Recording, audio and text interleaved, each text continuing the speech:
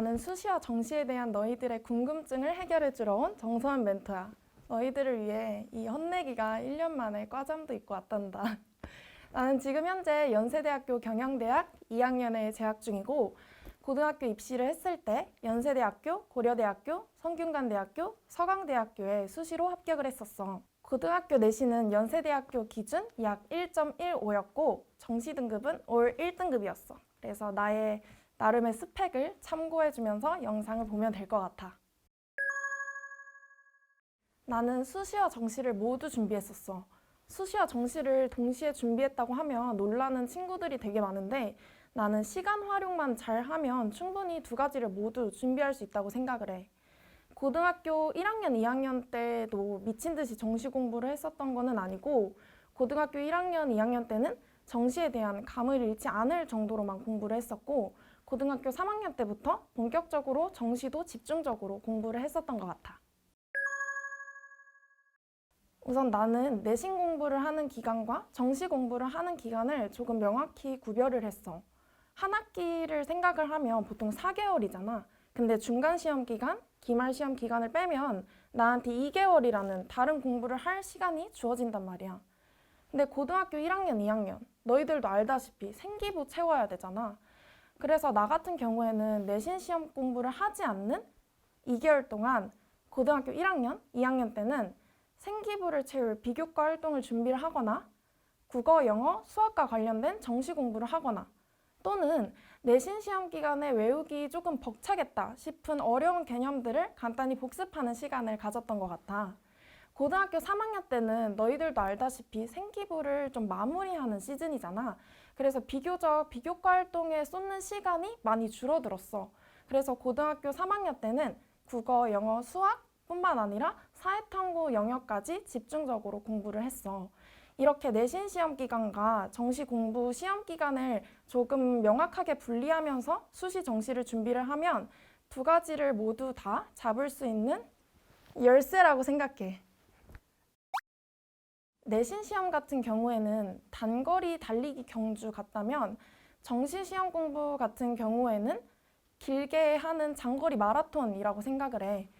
그래서 정시 공부는 내신 시험보다 조금 더 의지가 떨어질 수도 있고 그 다음에 주기적으로 뭔가 공부 의욕을 고취시킬 수 있는 요소가 필요하다고 생각을 하거든. 그래서 나는 항상 플래너를 썼었고 그 다음에 공부 시간을 측정을 했었어.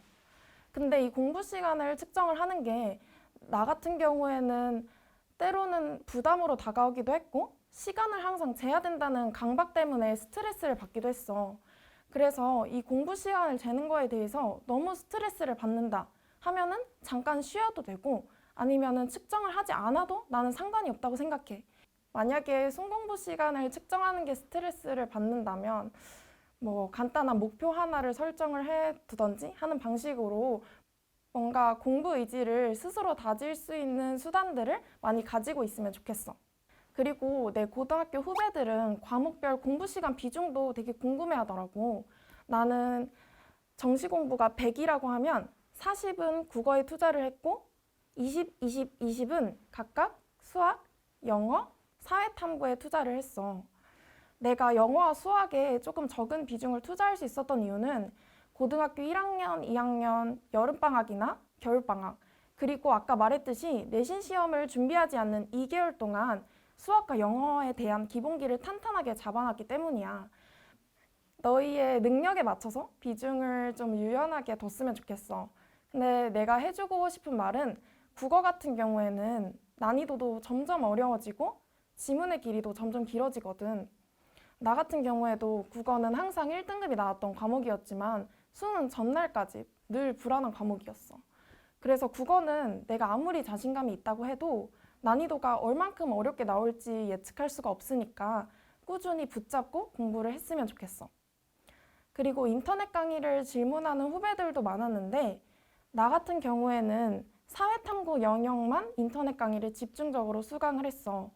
고등학교 3학년을 시작하고 끝날 때까지 한 인강 선생님의 커리큘럼을 모두 따라가는 방식으로 공부를 했고 국어 같은 경우에는 한 달 정도만 국어 문법을 공부하기 위해서 인터넷 강의를 수강을 했었고 수학 같은 경우에는 2달에서 3달 정도만 조금 심화적인 문제들을 풀 수 있는 능력을 기르기 위해서 수강을 했었어. 나는 독서 활동, 동아리 활동을 통해서는 내 전공 적합성을 드러내기 위해 노력을 했고, 봉사활동, 그리고 학교 임원진 활동을 통해서 나의 좀 인성적인 측면을 보여드리려고 했었어. 독서는 나의 인격적인 성장을 보여줄 수 있는 책과 그 다음에 전공에 대한 관심을 드러낼 수 있는 책들을 고등학교 1학년 때부터 꾸준히 읽었었고, 동아리 활동 같은 경우에는 영자신문 동아리에서 3년 동안 활동을 했어. 물론 다른 자율 동아리도 활동을 했지만, 영자신문 동아리에서 활동을 하면서 나는 홍보부장을 맡아서 동아리 행사에 대한 기획과 홍보를 맡았었고, 영자신문에서 작성할 수 있는 기사의 주제가 비교적 자유로웠기 때문에 당시 관심 있었던 마케팅이라는 분야에 대한 열정을 드러낼 수 있는 기사를 작성을 했었어. 근데 내가 여기서 너에게 주고 싶은 꿀팁은 독서 활동과 동아리 활동을 별개로 생각하지 말라는 거야. 독서 활동과 동아리 활동을 연결 지을 수 있는 활동을 한다면 너희들이 생활기록부를 채우고 자소서를 쓸 때 조금 더 도움이 될 것 같아. 예를 들어서 나는 영자신문 동아리에서 유튜브에 대한 기사를 작성하게 되었는데, 이 기사를 작성하면서 어떠어떠한 부분에 관심이 생겨서 관련 독서 활동을 수행을 했고, 이 독서 활동을 통해서 어떤 점을 느꼈고, 또는 이 독서 활동에서 또 추가적으로 관심이 생긴 부분을 탐구하기 위해 영상을 시청하거나 자료를 찾아봤다. 이런 식으로 독서 활동과 동아리 활동을 연관 지을 수 있으면 좋겠어. 그리고 봉사활동 같은 경우에는 내가 영자신문 동아리에서 3년 동안 활동을 했던 이 경력을 조금 더 강조하기 위해서 ADRF에서 하는 동화책 번역 봉사를 동아리 친구들과 함께 했었어. 언어라는 키워드를 조금 더 강조를 하면서도 내 능력을 다른 사람을 위해 헌신한다 라는 나의 인성적인 측면도 강조할 수 있는 스펙이었지. 그 다음에 학교 임원진 활동을 통해서는 반의 갈등을 중재했던 경험 또는 반의 행사를 주도적으로 진행했던 경험을 생기부나 자소서에 씀으로써 조금 더 나의 리더십을 보여줄 수 있도록 노력했던 것 같아. 그리고 비교과 활동은 아니지만 내신 시험 공부에 대한 꿀팁을 얘기를 해주자면 무조건 엉덩이를 오래 붙이고 있는 사람이 이기는 거야. 사실 내신 시험 공부는 두뇌가 크게 작용하지 않는다고 생각을 하거든. 누가 더 많이 책을 보고 누가 더 많이 개념을 암기했냐, 이게 가장 중요하다고 생각을 해.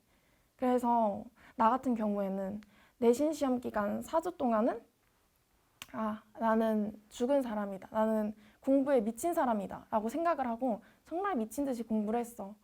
결과적으로 나는 그래서 정말 좋은 내신을 얻을 수 있었고, 그래서 내신 시험 기간만큼은 진짜 최선을 다해서 공부한다 라는 마음가짐으로 엉덩이를 꼭 오래 의자에 붙이고 있으면 좋을 것 같아. 나는 내 자소서와 생기부를 보면서 내 스스로 예상 질문 리스트를 만들어 보고 질의응답을 하는 방식으로 면접을 준비했었어. 근데 내가 실제로 연세대학교, 고려대학교, 그리고 서울대학교 면접을 봤었는데 내가 예상한 질문이 거의 나오지 않더라고. 거의 다 예상치 못한 질문들이 나왔었는데 혼자서 그래도 질의응답하는 연습을 하다 보니까 내가 뭔가 예상치 못한 질문이 나왔을 때 어떻게 임기응변을 할 수 있는지를 스스로 배울 수 있었고, 그 다음에 조금 더 짜임새 있게 대답을 하는 방법을 스스로 배울 수 있었던 것 같아. 그래서 면접 준비를 할 때 이 방법 정말 추천해. 그리고 면접을 할 때 나는 사실 크게 떨지 않았거든. 내 성격상 뭔가 일을 수행하기 전에 긴장을 많이 하고 있다가 일이 막상 딱 벌어지면 긴장을 잘 하지 않는 성격이거든. 그리고 나는 3년 내내 누구보다도 최선을 다했다는 자신감과 자부심이 있었어. 그래서 면접 때 더 떨지 않고 대답할 수 있었던 것 같아. 근데 그래도 조금 소심한 성격이거나 아니면 긴장을 잘 하는 친구들은 나의 조언이 와닿지 않을 수도 있잖아. 그럴 때는 딱 면접장에 들어갔을 때 면접관 분들을 나를 평가하고 심사하는 되게 높으신 교수님으로 생각을 한다기보다는 이 학생이 이 분야에 대해 얼마나 열정을 갖고 있는지 궁금해하고 알아보고 싶은 사람이라고 생각을 하면 긴장을 조금 덜 수 있을 것 같아. 지금 영상을 보고 있을 고등학교 2학년 친구들은 1년쯤 뒤에 면접을 보게 될 텐데 내가 미리 열심히 응원하고 그때도 열심히 응원하고 있을게. 미리 화이팅! 나는 주어진 환경에서 최선을 다하는 게 정말 중요하다는 말을 해주고 싶어. 내가 고등학교 3년 동안 흔히 말하는 스카이라는 대학교를 준비를 하면서 특목고, 자사고, 그다음에 여러 외국어 고등학교에서 공부하는 친구들을 때로는 부러워하기도 했고 항상 그 친구들과 나를 비교하면서 자존감이 떨어질 때도 있었고 조금은 열등감이 생겼을 때도 있었던 것 같아. 그다음에 내 환경을 조금 탓할 때도 있었고 근데 막상 3년 동안의 입시를 끝내고 대학교에 가서 정말 각기 다른 환경에서 공부했던 친구들과 대화를 하다 보니까 내가 원하는 목표를 이룰 때 가장 중요한 것은 내가 처해진 환경이 아니라 그 환경 속에서 내가 얼마나 노력할 수 있느냐를 찾고 정말 최선의 노력을 다하는 게 제일 중요하다는 걸 알게 됐어. 그래서 너희들 중에서도 뭔가 내가 처한 환경 때문에 조금은 좌절할 수도 있고 그다음에 조금은 우울해하는 친구들도 있고 불안해하는 친구들도 있을 것 같아.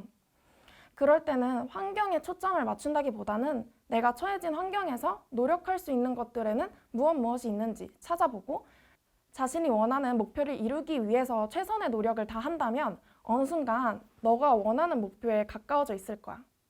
그리고 영상 길이에 제한이 있다 보니까 수시 비교과를 설명을 하거나 면접 또는 정시를 설명을 할 때 내가 많이 축약해서 설명한 부분들이 있어.